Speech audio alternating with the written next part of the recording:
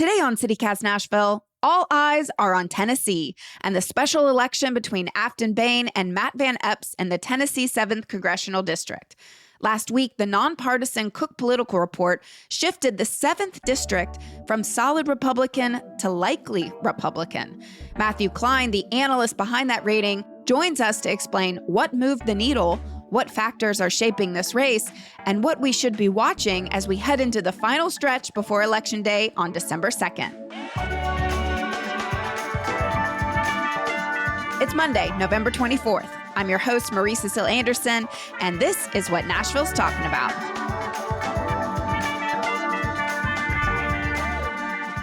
Last week, the Cook Political Report changed the rating for Tennessee's 7th Congressional District from solid Republican to likely Republican. Why? We've seen a couple of special elections already take place this year. This will be the fifth congressional special election that's happened. And so far, one of the trends that we've been seeing, and this is not just this year, it goes back a couple of years now, is that Democrats really have been overperforming quite a bit in some of these special election races, and right now by an average of about 18 points. And so this is a seat that last year would have voted for Donald Trump by 22 points. Ordinarily, we would think of that as being sort of off the board, off the playing field. But Democrats are just much more energized and much more aware of what's going on in terms of paying attention to politics. They just have a much more engaged voter base these days. They have the benefit of being the party of a lot of college educated voters. That helps them in some of these races that don't always get as much attention, where people aren't paying as much attention. And so that's been a huge asset for them in a lot of these races. And I think for us, it's not out of the realm of possibility that Democrats certainly will probably get close here, and potentially, if everything really goes right for them, could flip it. I mean, we still do think Republicans are favored here, but it's basically our way of just saying, hey, this is no longer a lock for Republicans. I think they seem to acknowledge that at this point, the fact that they're jumping in and spending so much money. And it's our way of saying, this race merits watching. It's going to be worth watching the margin. It's going to be worth watching for a potential upset. How does your methodology work? Well, we do our best to, try and rely on numbers as much as we can. And so we spend a lot of time talking to people who have access to that kind of data. The campaigns, in this case, the campaigns of Afton Bain and Matt Van Epps, party folks in Washington who are paying attention to this, outside groups, polling that becomes public, some polling that's not public. We try to collect, a lot of data and really look and make judgments based on that. But it's not always scientific. I mean, we take into account a lot of different factors. We take into account candidate quality, which is sort of one of those intangible things. It's really hard to measure, but which is really important, right? We know that a really charismatic candidate or a candidate with a lot of flaws can make or break a race. And especially that is true in these special elections where turnout is already pretty low to begin with. So generally, we try and make it based on as much data and inference as possible, but we also go on historical trends. Like right now, we know Democrats are overperforming in special elections, and so we factor that in. This is not a great time to be a Republican just because midterm trends tend to swing against the party that's in power, and obviously Republicans have unified control of Congress, so that's not helping them. We talk it over as a team. We do our best to kind of reach a consensus, and in this case, we did. Well, so here in Nashville, we spend a lot of time face down in election cycles. So it feels like we've had an election every 6 months for the last 8 years. Help us get out of our echo chamber and let's look at the race from the outside. What money has been spent on both sides? Yeah, we've seen a little over, as of right now in the general election, we've seen a little over $1 million in ad spending. That's, for a special election, it's probably about average. It's there's still probably going to be some money that pours in the home stretch here in the final week of the campaign. There are groups that have come in on behalf of the candidates. The National Republican Congressional Committee is playing here. That was one of the reasons that we were sort of intrigued by this race and felt like it needed to shift columns. Normally, National Republicans, they want to save their money for the races that really are important.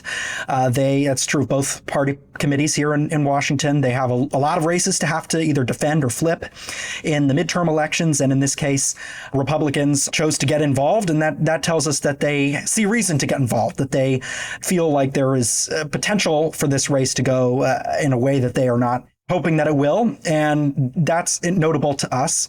Donald Trump's political action committee has gotten involved here, MAGA Incorporated. I think that's telling as well. The president clearly does not want another election setback. I think the elections of a couple of weeks ago were not very good for his momentum. The more elections he loses, obviously, the less sway he is perceived as having in Washington. And so I think they want to minimize the chances of Democrats flipping this and, quite frankly, just bolster the Republicans' margin in this seat. If it's a really close race, you're probably going to see a lot of Democrats tout that as a win anyways, even if they don't actually flip the seat. So we've seen that, and Democrats, they haven't come in quite as hot, but the Bain campaign has been doing some fundraising of her own. There's another PAC, Your Community PAC, that seems to be affiliated with just sort of left-wing advocacy that's come in and done a decent amount of spending on her behalf as well. So it remains to be seen if the DCCC or House Majority PAC, two very important campaign arms, get involved in the home stretch. But as for right now, Republicans do have a slight spending advantage. Who have been the most prominent endorsers on each side? Well, it's interesting. We would expect in a race like this to see the Republican nominee plaster Trump's name on everything. And that's not just because Republicans like Trump, which is true, they do, but in these special elections, it's so driven by turnout. You're not really convincing people to switch sides in a special election. That's rare. I mean, it happens, but it's much harder to do. It's really about getting the people who are dedicated partisans out to the polls. And one way for Republicans to do that is to lean into Donald Trump. Trump hasn't featured in Van Epps' ads nearly to the extent that I think a lot of us would have expected, perhaps because they don't want to rile up the Democratic base. Trump is, of course, a double-edged sword in that regard. But they have had a tele-rally with Trump that indicates that Trump is obviously somewhat interested. From what I understand, the invitation remains open for the president to go and actually make an in-person visit to the district, which time is running out, certainly, if he has any plan of doing that. There's not much indication that that's going to happen at this point. So I think that's very intriguing. We're sort of fascinated by the limited role that Trump seems to be playing in this special election. As for Bain, she brought in Kamala Harris this past week. Again, this is a turnout race. If you're trying to compete for votes in the rural parts of the district, you're not going to bring Kamala Harris down to the seat. You probably bring in somebody like Phil Bredesen or, somebody who's just got a little bit more rural appeal. The fact that she brought in Kamala Harris and has largely been focused on Nashville, I think reflects the base strategy that a lot of people have expected that she would run, which is just try and really run up the score in Nashville and hope that Republicans are kind of asleep at the switch here, like they have been in a lot of these other special elections. And, that could end up being the ticket. That could end up working out. Well, it seems like Afton Bain has done a lot of national TV appearances during this campaign. Do those move the needle locally? I think they move the needle in terms of fundraising, which helps her to some extent. I mean, this is a special election. It's hard. If you don't live in Tennessee, if you're not in the Nashville media market, odds are you're probably not tuning into this race. The only place where that may not be true is if you're a devoted MSNBC or CNN watcher. And if you are, then you might be more likely to give money to a candidate anywhere, especially if you really, really want to show that Democrats are fired up and you want to send a message to Donald Trump. This is an opportunity for donors to do that, for Democrats to do that. So her presence on national media, I think, is mostly for fundraising rather than anything else. Gotcha. It's a little weird for people to be showing us little Tennessee over here so much attention.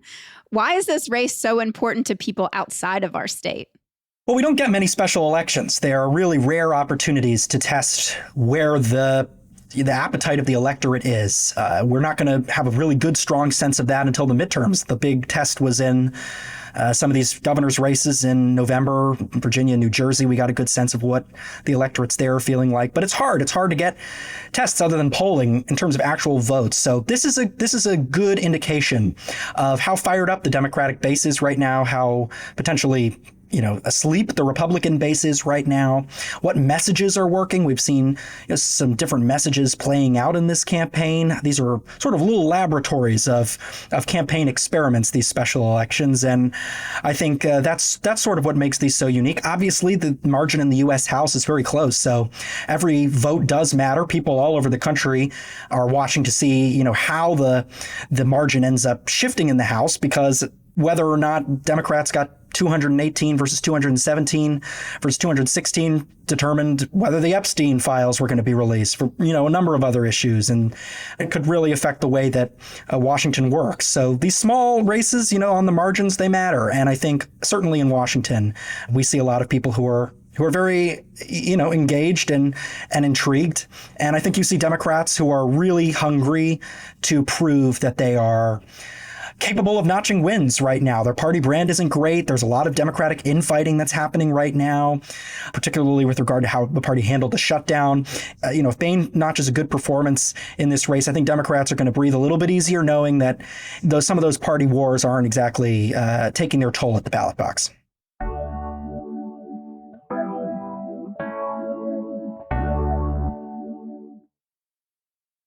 I'm glad you brought up polling just earlier. So what does the polling say? And is polling still an accurate tracker of voter behavior these days? Well, polling is the best tool that we have outside of actual votes. And so it's important not to place too much stock in it, but to know how to read it. What we do know, right, we do know that polls right now, whether they're accurate to the actual final result or not, do make one thing clear, which is that Democrats are probably going to notch a pretty big overperformance here. We've seen a couple of polls that have been public, mostly from Democratic-aligned firms, so it is worth taking them with a little bit of a grain of salt, that show this race in the high single digits range. Obviously, that would be an overperformance in the range of about 14, 15 points from where things were last year. That makes sense. That's sort of in line with that data point on special elections that I was talking about earlier in the segment. Polling is not by itself perfect, but it gives us a general indication of where these races are heading. And the fact that it's within single digits, that tells us that messaging matters in the final couple of weeks, that there is still room for this to swing. If this was, 15, 20 points right now, we'd be probably not talking about this race because it's too hard to move the needle. If it's an 8 or 9 point race, 6 point race, then yeah, that might theoretically be a little bit more possible, especially if, money comes in the home stretch and makes a big difference. Well, let's talk about some intangibles. So first of all, the timing of this election and how that may or may not play into turnout. In your reporting, you said that Governor Bill Lee was trying to bury the special election between Thanksgiving and Christmas, but that may backfire. Why?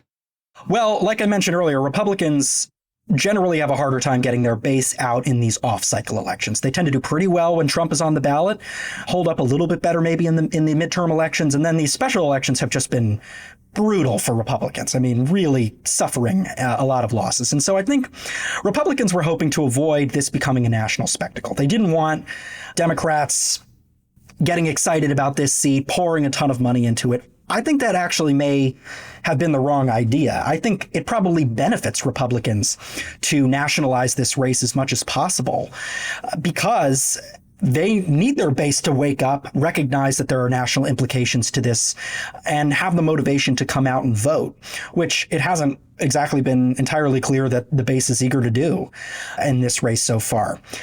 The governor made the decision to schedule this election for December 2nd, which is 2 days after the end of the Thanksgiving holiday.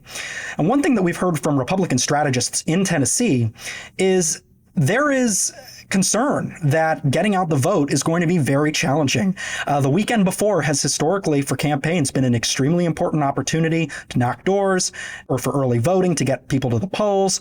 If people have family over, if people are not even in town because they're going to be traveling for the holiday, it's a lot harder to get those people engaged in the final, couple of days of the campaign. People have a lot bigger fish to fry over the holiday season than you mean turkey to fry. That's probably true. That's a lot more turkey to fry, in the holiday season than at other times of year. And I think that's probably less helpful to Republicans because we know Democrats are already pretty fired up.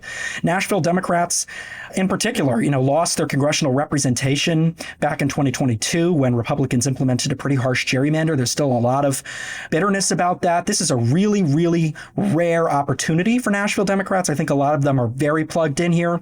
And the Republican base, there's some apathy right now. There's apathy about the way that the economy is going. We see this in a lot of polls, but Trump's approval rating on the economy is not great. People are shifting their blame from Joe Biden and the Democrats now really to Donald Trump and the Republicans. And when that's the case, when people are having trouble making ends meet, it's just they're not as motivated to come out and vote for the party that's in power. And I think that is a real challenge for the Republicans. So it could sort of be this perfect storm of bad messaging, bad environment, bad timing. And that's, I think, part of the reason that we feel like this race is worth watching. I mean, if it was just one of those things, it'd probably still be in serious long shot territory. And it is. But, there are enough factors going on here that make it worth watching. You also wrote about the charisma difference between the candidates. What do you mean by that? Well, again, this is about getting the base out. And Afton Bain, Republicans decry her as a vehement liberal. And she herself has admitted on many occasions and has a voting record that indicates she is probably to the left of many people in the Democratic Party. But this is not a race about persuasion. This is not about winning over the median voter. This is about her getting out the Democratic base. And she is, to her credit, a compelling speaker. She's run some very good ads, I think, that have leaned into, sort of Nashville's unique charm. And she's got one with a mechanical bull that I know has gotten a lot of attention that I'm sure you guys are seeing air nonstop down there. I'm probably so sick of seeing, but we up here thought it was a pretty good ad. And Matt Van Epps ran a successful primary campaign in large part because he did a very good job behind the scenes coalescing a lot of the support, political support, institutional support that he needed to get over the hump. And he successfully nabbed an endorsement from President Donald Trump, which is a challenging thing to do in an open Republican primary. The president doesn't always enjoy taking sides in those races because he likes to win. And if he doesn't know that you're going to win with his endorsement, he doesn't want to be seen as a loser. So it was impressive that Van Epps got the Trump endorsement. But in terms of actual charisma, a lot of his ads just haven't had the same punch. And we haven't seen much in the way of, really exciting messaging. We've seen a lot about the economy, a lot about healthcare costs. That is telling, I think. That tells you a lot about how Republicans see the national environment right now, the most important issues. There are some ads that are running that are taking aim at Bain for transgender issues and obviously her protests on immigration and tracking ICE enforcement officers. But the Van Epps campaign, I think even more so, rather than really try and either paint Bain as a truly progressive Democrat and or, really bring Donald Trump into this, hasn't done much of either of those things. And that's made for, I think, a little bit of stale messaging that just hasn't quite caught people's grip. And you kind of have to do that if you want to get your base out to the polls. It also probably wouldn't hurt Republicans to have maybe a bit more of a firebrand in this race. He's got military experience that is not to be discounted. Obviously, this district is home to Fort Campbell. But in terms of actually getting some of those rural voters out, the ones who are very cynical about politics, don't really like politics as a whole, maybe like Donald Trump in particular, you would maybe expect Trump to feature a little bit more. And perhaps he will in the home stretch. But as of right now, he hasn't as much as I think we expected. Piggybacking on that, the GOP has decided to call Representative Bain the AOC of Tennessee. Is that a good strategy, in your opinion? I don't know if it's a good or bad strategy. I don't know what AOC's numbers look like in the 7th District of Tennessee. I don't know if voters really are all that familiar with her. Maybe they are. I think what they would find is probably, having more success using some of the words that Bain herself has said. I think we find in advertising that when unseen narrators lob accusations at opponents in attack ads, voters don't always buy it, right? They know that attack ads tend to get pretty extreme. They cherry pick some of the worst things that you could say about a person. They exaggerate maybe a little bit. I think it would probably behoove Republicans, and they have done this to some extent, to focus more on Bain's, own words, Bain speaking in her own words, making comments that perhaps are not so great. I wouldn't be surprised if in the final few days we see this clip that came out of her trashing Nashville a little bit on social media make its way into television advertising as sort of a, she's doesn't even like the town that she represents or wants to represent. I think that could be more effective than tying her to other politicians, because I think right now voters view these races a lot of times as very local. They don't always know a ton about the national implications. And I think that may be true in this case. Well, on the flip side, Allie Phillips, a Democratic political candidate in Clarksville, has taken to calling the Republican candidate Matt Van Epstein. What impact, if any, do you think the release of the Epstein files could have in this race? That's a great question. This is really the first instance we've seen of a congressional candidate making the Epstein files a major issue in their campaign. Boehner's team will tell you, if you speak to them, that the two issues on their mind are affordability and the Epstein files. Part of the challenge there is that the Epstein files have now passed the House, passed the Senate, and made their way to President Trump. So, yes, I think that was a very resonant issue for a little while. It was a great way for Democrats to pick apart the Republican base, sort of divide it. It's a wedge issue, which they're hard to find. They're hard to find, especially these days against Republicans. And that was one of them where I think you saw the base really motivated to try and get the Epstein files released. And then obviously some Trump loyalists who wanted to stand by President Trump and trusted President Trump. Now that they've been passed, I'm not sure that that attack carries quite as much sway, but it's done a good enough job framing Van Epps as somebody who's untrustworthy. And that ultimately may be what's most important. Does the content of the Epstein files have an impact? I don't know. Probably not. And not in this race unless we get something really, really damaging on President Trump. But I think there are enough other factors here. And I think affordability really is the top concern for a lot of voters right now. The candidates, need to have a clear, good, solid answer and pitch on that issue. And, they need to get their bases out to the polls. I think this is helpful for Boehner in the sense that I think it's a motivating issue for Democrats right now. But I don't know that motivation is going to change much depending on what the files actually find. Okay, so let's say the Republicans hold the seat, but the margin winds up being within the single digits. Is reducing the point gap enough to earn Nashville more attention from national fundraisers in the future? Potentially. That's a great question. Look, if this race is won by double digits for Van Epps, obviously that's an impressive performance for Democrats, but that's going to be, in the grand scheme of things, fairly underwhelming, I think, for a lot of Democratic operatives, even though it should be cause for celebration, right? I mean, overperforming your party's performance from last year by 10-ish points would be impressive no matter what. If this race winds up in the 6 to 10 point range, that's sort of my expectation right now. That's kind of where I think this will ultimately fall at the end of the day. I think Republicans coming in and helping Van Epps, national Republicans coming in, bailing him out, will go a long way to sort of protecting him, insulating him from the real possibility that this was a sleeper race and that the Republican base was truly not paying any attention. If it's close, or if Boehner pulls off a victory, yeah, I think you are going to see Democrats talk a lot more about the possibility of contesting the 5th District, which is held by Andy Ogles, also contains a portion of Nashville, and politically is a little bit friendlier to Democrats. Just at its baseline, it was a Trump plus 15 seat rather than a Trump plus 22 seat, so about 7 points better sort of on your typical day. And I think Democrats feel excited about the prospect of competing there.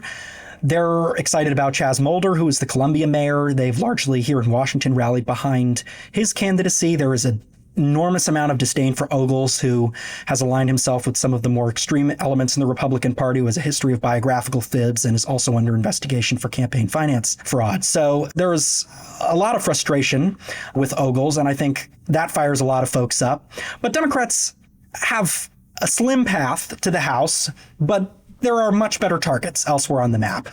There are better targets in Colorado and New Jersey and New York, where the math isn't nearly as hard. I mean, a 15-point district it does happen from time to time. There's usually one seat every cycle that makes its way into the other party's hands. That's, 15 points in the other direction, true upsets. But I think it's going to take a lot for that to happen. I think, if Boehner pulls off a win, sure, I could see that race coming more online. But I think if it ends up where we expect it to, Democrats are probably still, they're probably still going to be excited about the prospect of competing there, but they're still going to have a lot of work to do to prove that they actually can. Well, we just want people to keep paying attention to little old Tennessee over here. I'm sure. So listeners, please get out and vote.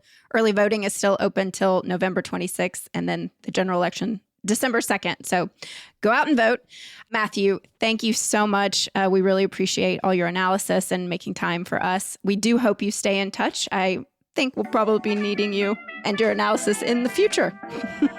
I'm always around. I'm a phone call away. Awesome.